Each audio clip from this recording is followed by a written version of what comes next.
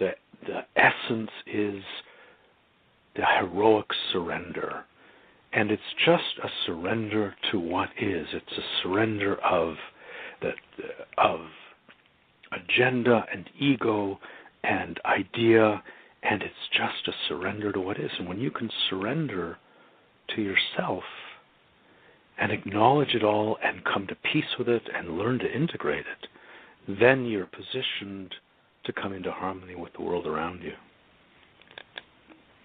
And what I love also as I read the book, it was a kind of a common feeling actually throughout your book was how you really emphasized to be gentle within the process of growth and being gentle with oneself as we are going through shifts and transformations and evolutions. And I found that, we say it or we hear it, however, it's one of those concepts that may be foreign to people because they're so caught up on the rat race of the revolving wheel that they really don't know what that sense of peace is within themselves.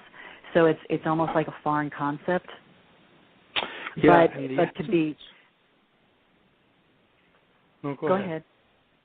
I was just going to finish up and just say, that there's that piece of really being gentle as we're moving through the transformation, but that's also the tapping in of the feminine essence, and that too can be a foreign concept. Yeah. Is there a way we can embrace that with especially a male dominant culture? The essence of our female consciousness is one that comes into relationship, and gentleness. The essence of gentleness is it's a two-way conversation. If you're gently moving a baby's arm, you have totally come into relationship with where the baby's at, with every sensitivity you can muster. You are working with the baby. And gentleness, in that way, gentleness is like grace, which is a two-way conversation. A dancer achieves grace through a sensitivity to the movement and space in the other dancers. If you look at those what we traditionally think of as female attributes, they're all attributes that bespeak relationship. So once you understand your disconnect, then you understand your need for relationship. And then you understand your need for sensitivity, because you can't come into relationship without sensitivity. And once you open your heart to the world, and once you sensitize yourself to the energy of the world and the pulse that lies beneath the stillness of the present, everything changes. It's like beauty. When you sense beauty, there are at least two aspects to that. One is you're sensing an organic whole, whether it's the beauty of a sunset or the beauty of a flower petal, and the other is you're sensing life. To just feel the beauty of the moment you are at this second privileged to participate in is to come into relationship with it as a living whole. And that enables you to be gentle with it and gentle with yourself. That's helpful. And I want to encourage everyone to use the elevator exercise because that is a really good tool. Now you wrote this book, and you wrote this book based out of workshops that you do, and you do workshops for also on a corporate level. How have you seen this book transform the average person in regard to your workshops or in reading the book or in using the book? Because I know that the people who will be migrated to buying and getting this are people who are seeking and seeking to evolve within themselves. It's been absolutely wonderful. I got an email from a woman in Tulsa, Oklahoma, who has read the book, and she says everything is so much easier. And what she means by that is she's learned what it is to come to rest in the pelvic bowl. The book has encouraged her and given her the tools to basically do the elevator shaft to the extent where that's accessible to her. And she said, things that would have upset me or sent me into anxiety, now it's just so easy. So I find that hugely encouraging, that because you worry, writing a book, you've got words on paper. Basically all it is ideas, except when I was writing it, more important to me than the actual words on the paper was always the rhythm of the lines that were written.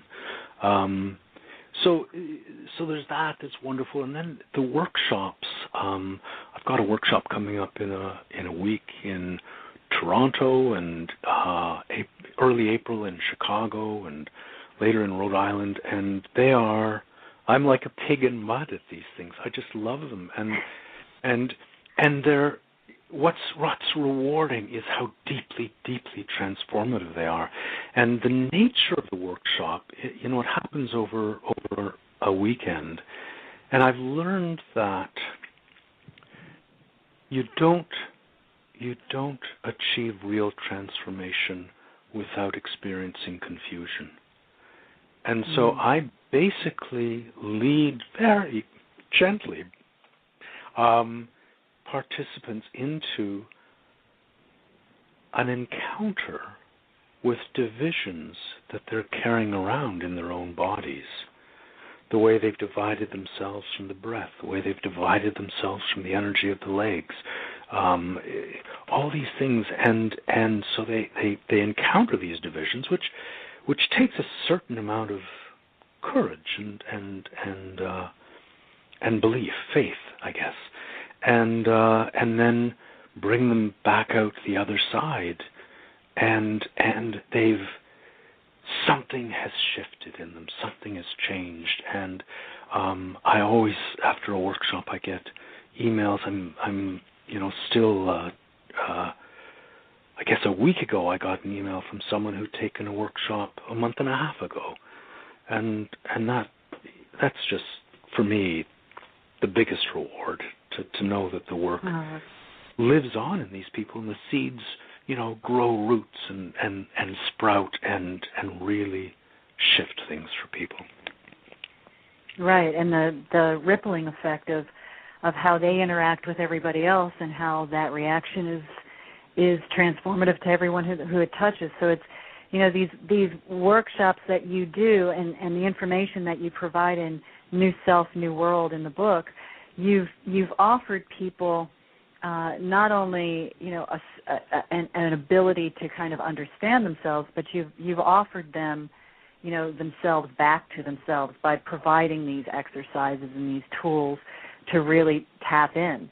And they're very easily accessible. It's not something that is going to be over anyone's head in doing or in trying. And it's definitely, from my experience, extremely effective and very transformative.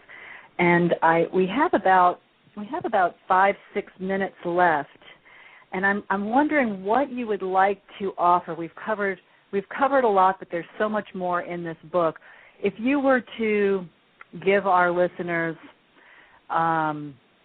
your wisdom in a nutshell, what would you provide?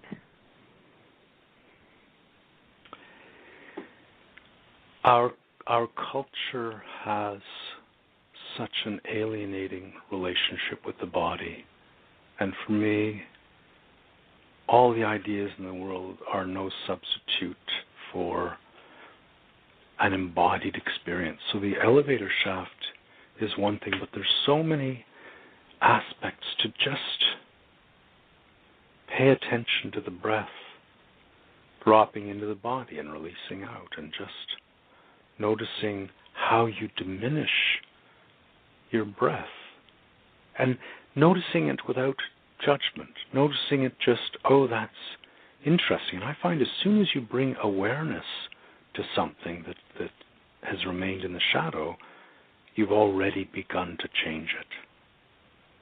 And to soften into that place of embodiment is to soften into your own sensitivity. And once you soften into your own sensitivity, you become more intelligent. You become more aware. And suddenly,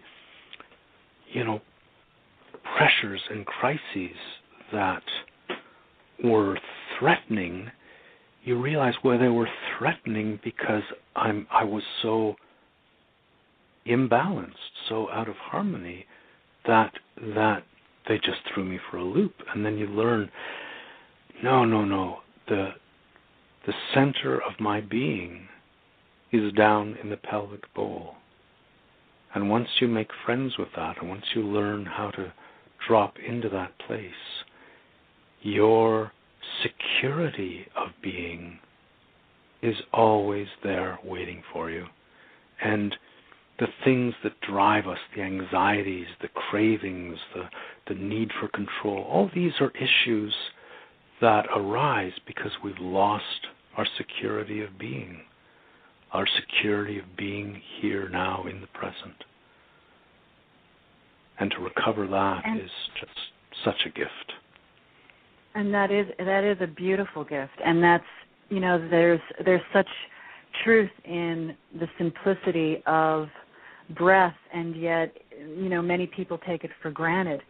As we're moving through these shifts and this transition, and we're becoming more aware of ourselves and our feelings and our sensitivity within ourselves, is there also a possibility that relationships in our lives would change? That maybe we might see a relationship that's no longer serving our higher self? Maybe there's a shift around people. Could it be that there would be a migration of, or more of a draw towards people that you would resonate with on a higher level or a higher vibration once you move through the shift? Could that also come into play? I think so. I think that the other side of that is that when you find that place of inner peace, you bring your relationships along with you. If you can walk into a room and you're completely grounded, the room changes, it shifts. Everyone else becomes a little more grounded. But that when you start on that path to connecting with your being in that way, the doors start to open up because you're suddenly sensitive to what the world is asking from you. And when you're sensitive to what the world is asking from you, you see all the ways in which it's helping you to make that possible. And many of those ways are people who, as you say, vibrate at the same frequency, people who share that heart pulse of joy and energy and hope. Absolutely. Yes, that's wonderful. Philip, this has been a wonderful, wonderful show. I've absorbed everything you've said, and it's almost like reading the book again. But this has been a wonderful experience for our listeners to get such incredible wisdom to really help with their transformations and their change. Can we provide the listeners how they can get a hold of you, your website? I'd love that. They can find New Self, New World at Amazon.com. Is there? Please provide us with your the with your website contact is pretty information. simple. Yeah, it's philipshepard.com. Now, there are lots of spellings to that. Philip is with one L, Philip, and Shepherd is like the guy who looks after sheep. So it's SHEPHERD, philipshepard.com. And there's lots of stuff on the website they might enjoy. They can download the introduction to the book and have a read and see how that sits with them, and lots of other stuff. Oh, wonderful. Information about workshops and